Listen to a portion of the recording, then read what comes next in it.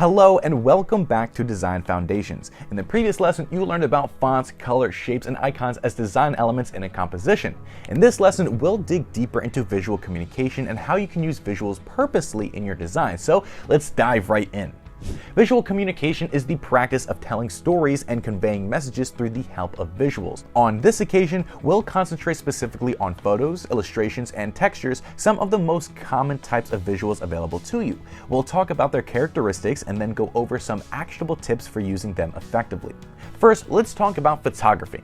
In design, photos hold many functions, from journalistic captures and newspaper layouts to eye-catching beauty campaigns and everything in between. Images can accompany text or replace it completely. You can use photos as backgrounds, as part of a story, or as supporting material. It all depends on what message you wish to convey. The first thing to remember when using photos is that there's no rule saying that you have to use the image in its original form. You can crop it, frame it, remove objects from it, or even make cutouts by erasing the background. You can also apply filters and color overlays to create unique visuals that fit your goals. Look at how the slides in this presentation use photography to accompany the text and break up the space so that everything flows well. Notice how the accent color is purple and how some images have purple in them. This creates visual unison between the graphic elements and the photography.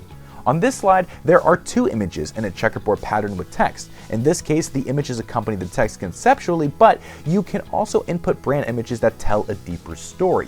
The best way to know is to try a few different photos until you've got the right one. In this next slide, the photograph has a purple color overlay, continuing with the purple theme. When using photos as backgrounds, adding an overlay gives the design depth while also making the text easy to read. Aside from photography, you can also incorporate illustrations into your designs. Illustrations are visuals that depict scenes, people, or objects in an illustrative style, like a drawing or a sketch. Illustrations are available in many different styles, and the trick to achieve a balanced design with them is to use one style and stick to it throughout the design. Look at this infographic. For example, all the visuals are illustrations. They help tell the story of how to create an infographic so well that the text is minimal. Now look at this sales playbook. All the pages have 3D illustrations to accompany the text. In this case, the illustrations aren't telling the story on their own. They're decorative material for what's being explained on the pages. The third visual type is textures. A texture is a type of visual that doesn't depict anything in particular and can be a photograph or an illustration. Here are some textures to give you an idea. These are photographic textures, and these are illustrative textures. Textures work great as backgrounds, but can also be cropped into shapes to create depth in a composition.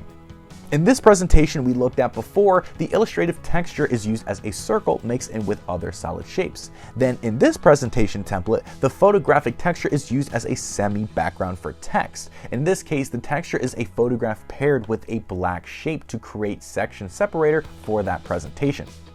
When combining visuals with text, it's good to remember the design principles we talked about at the beginning of the course. You don't want the visuals to feel messy or unrelated to the text. So use the alignment tool to align the visuals and keep things balanced. Likewise, if you're going for an asymmetrical look, play around with the positioning until it feels balanced. When you use photos or textures as backgrounds, they can expand the entire width or height of the canvas, or even both. Leave spaces between photos and text to make the content flow and not feel so crowded. Working with visuals in Visme is very easy. You can access millions of photos, illustrations, and textures right inside the editor. All you have to do is search for them. The easiest way is with shortcuts. Here's how it works. Click on the / and a dialog opens where you can search for any type of visual you need. This shortcut helps you find various design elements inside the editor. To edit a photo you've added to your presentation, click on the Edit button at the top and add an overlay or filter. To place the photo in frame, click on the Frames button and choose the shape you like best. Now it's your turn to try and incorporate visuals into your design. Take a little time to browse some templates and see how visuals are used, then try to make some compositions of your own. You'll have a handle on this technique in no time. In the next lesson, we'll talk about using data visualization in your designs to tell stories. So I will see you in the next one.